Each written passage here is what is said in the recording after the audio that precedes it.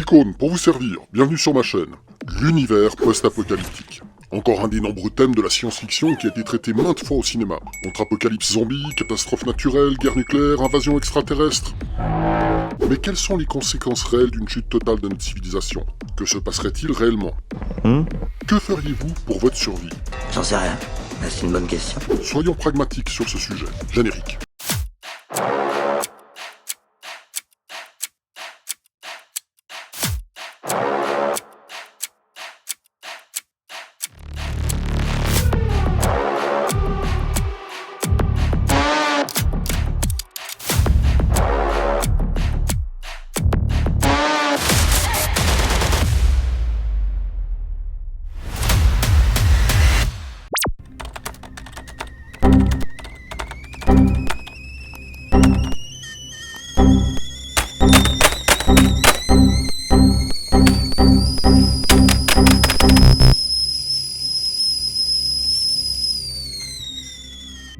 Post-apocalyptique. Post veut dire après. Apocalyptique, fin brutale de la civilisation. Donc un univers se passant après la chute de la civilisation. Mais pour s'imaginer un monde post-apocalyptique potentiellement possible, il faut d'abord en connaître les causes, car celles-ci définissent clairement votre méthode de survie suite à cet événement tragique. Ok. S'il s'agit par exemple d'une pandémie mondiale transformant les gens en zombies, votre survie se fera principalement de manière à vous protéger de votre environnement et donc de vous protéger des conditions extérieures. Donc, forteresse, bunker, etc. etc. S'il s'agit d'une guerre nucléaire, et imaginons que vous ayez pu vous réfugier à temps, Ça brûle. votre survie dépendra de l'exploration des restes de votre monde. Pour ma part, et cela reste toujours mon avis propre, comme pour tous les sujets que je traite, l'apocalypse zombie ne peut exister. Mais qu'est-ce que c'est? Mais qu'est-ce que c'était? Un virus qui transforme les gens à court ou à long terme en créatures affamées de chair humaine, cela semble biologiquement impossible. Qu'un organisme meure et ressuscite avec des instincts primaires de survie sans que son cœur batte, pour moi, c'est totalement impossible. En revanche, un virus tueur, c'est parfaitement possible et ça existe déjà. Et nous sommes déjà passés à un poil de fion, à un cheveu d'une vraie catastrophe de ce genre. Le virus Ebola, tristement connu, est le candidat parfait pour ce genre de catastrophe. En 1976, le virus Ebola attaque 2 villages en Afrique, ou au Soudan du Sud actuel. Les symptômes sont si rapides et violents que cela sera la principale faiblesse de ce virus. En effet, Ebola provoque la mort en quelques heures, donc limitant sa propagation. Et c'est la seule chose avec l'isolement qui nous a vraiment protégés à la source de ce mal, les populations atteintes étant incurables. Et donc, dans ce genre de cas, seuls les gens préventifs peuvent survivre. Bon, je suis pas là pour juger qui fait quoi et qui le fait bien. Mais imaginons qu'une minorité survive suite à une pandémie mortelle. Quelle serait votre première réaction?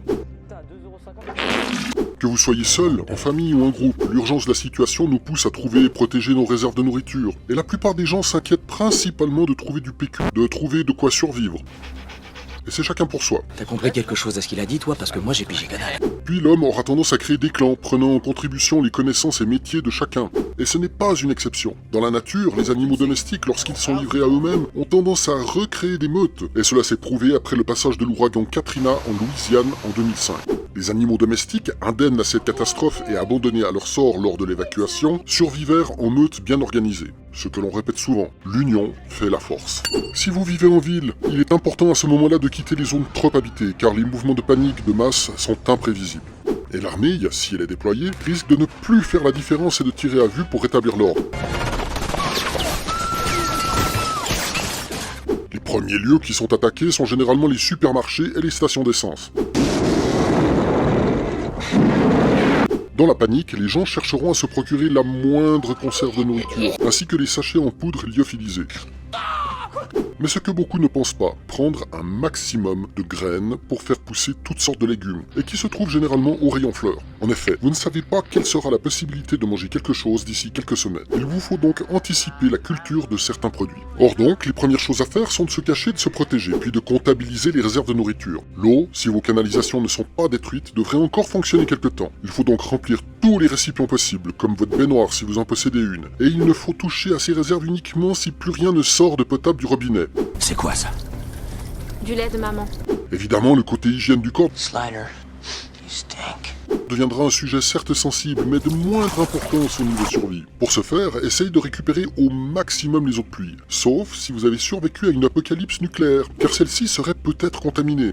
Il est important de posséder une radio CB afin de pouvoir éventuellement scanner et communiquer avec certains survivants et connaître leurs intentions. Sur le moment imminent d'une quelconque catastrophe, n'hésitez pas à charger des applications GPS hors ligne. Tant que le réseau téléphonique fonctionne encore, vous en auriez sûrement besoin plus tard. Et s'il s'agit d'une attaque nucléaire, mettez votre électronique de survie dans un micro-ondes éteint évidemment, ou un frigo, pour la protéger un minimum des impulsions électromagnétiques. Dans le cas d'une rencontre entre communautés, toujours privilégiez un rendez-vous dans un endroit neutre. Facile pour vous échapper, évidemment, de ne jamais révéler votre position de campement. Mais pourquoi est-il aussi méchant? Dans le cas où vous vous feriez quand même repérer dans votre cachette, il vous faut préparer vos affaires afin d'être prêt à partir dans un laps de temps très court. Quitte à abandonner une partie de votre équipement qui n'est pas absolument indispensable à votre survie.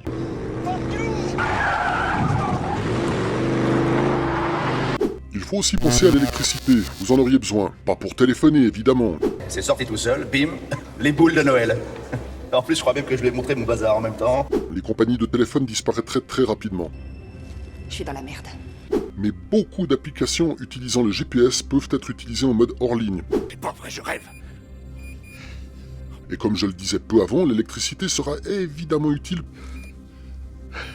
pour la recharge de certains appareils utiles à votre survie. Actuellement, vous pouvez trouver des powerbanks avec panneaux solaires intégrés, ce qui est de loin non négligeable dans ce genre de situation.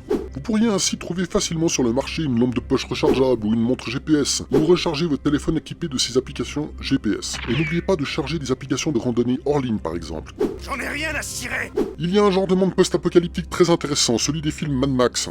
En effet, dans ce genre de cas, les survivants se battent pour le peu des énergies fossiles qui restent, Et vous me rendez ma voiture avec tout le jus que je peux transporter. et qui indiquent un certain pouvoir, mais aussi un danger potentiel à celui qui possède un tant soit peu des réserves de carburant. Et donc, la convoitise serait évidente, et certains seraient prêts à se battre pour le précieux jus. George Miller, qui a imaginé ce monde motorisé, s'est inspiré de la crise du pétrole des années 70 et des accidents de voitures fréquents lors de rodéos urbains de cette période qui faisait beaucoup trop de victimes en Australie. Je pense que ce genre post-apocalyptique ne soit que très peu probable, car le monde dépendrait d'une énergie qui ne se remplace pas aisément, et dont le brut est difficile à transformer sans une installation complète et fonctionnelle. D'accord. Quand je crie bouffon, tu nous sors d'ici avant la caisse. Mais le sujet est intéressant, car les premiers temps d'une catastrophe planétaire, il est évident que certains clans s'approprient les sites de réserve de carburant, comme les stations d'essence ou de diesel, provoquant ainsi une guerre des dernières ressources sur Terre. Quand tu pointes ton arme sur quelqu'un, sois prêt à appuyer sur la détente. Il y a un concept que j'ai étudié sur le comportemental à avoir en cas de survie dans un monde post-apocalyptique, que j'appelle le principe de la citadelle. Le principe de la citadelle reprend un peu l'idée du système féodal comprenant le rapport entre vassaux et seigneurs. Ce principe définit aussi la conception d'un site pour créer une communauté de survie, pouvant même accueillir et prospérer avec les autres clans ou communautés, et ainsi développer un commerce minimum. Pour ce faire, il faut composer avec 3 zones bien distinctes. La première zone, la zone alpha, généralement au centre du complexe, est une zone politique, réservée à un groupe de dirigeants de minimum 5 personnes qui peuvent décider en mode communautaire de certaines actions, décisions et jugements.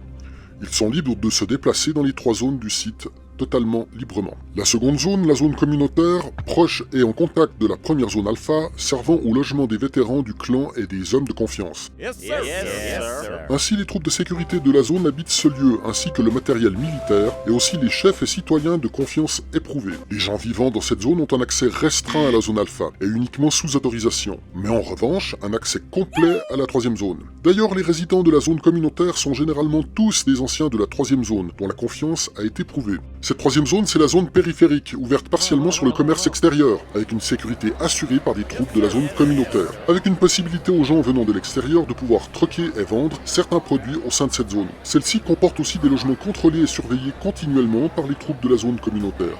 Si une personne souhaite se réfugier et faire partie de ce groupe, elle doit montrer patte blanche, être mise à l'épreuve pendant une certaine durée, comme une phase de test. Bien sûr, ici, je mets en évidence les points principaux. Je pourrais développer plus en profondeur le principe de la citadelle, mais ce n'est absolument pas le but de cette vidéo. trop en parler, ça devient très chiant. Revenons au fait. Si vous étiez en proie à la panique d'une catastrophe apocalyptique, dans une certaine mesure, et à votre bon jugement, il vous faudra malheureusement ignorer la détresse de certains pour penser à vous en priorité. Vous seriez déjà en proie à un facteur de danger conséquent, et donc, seule votre survie compte. Cela peut sembler ignoble et égoïste, mais dans ce genre de situation, vous êtes tout sauf un super-héros. Vous êtes vous-même pris à vos limites de capacité psychologique et physique. Dans un milieu urbain en panique, vous seriez obligé de faire attention à quiconque s'approche de vous et prendre des décisions très rapides.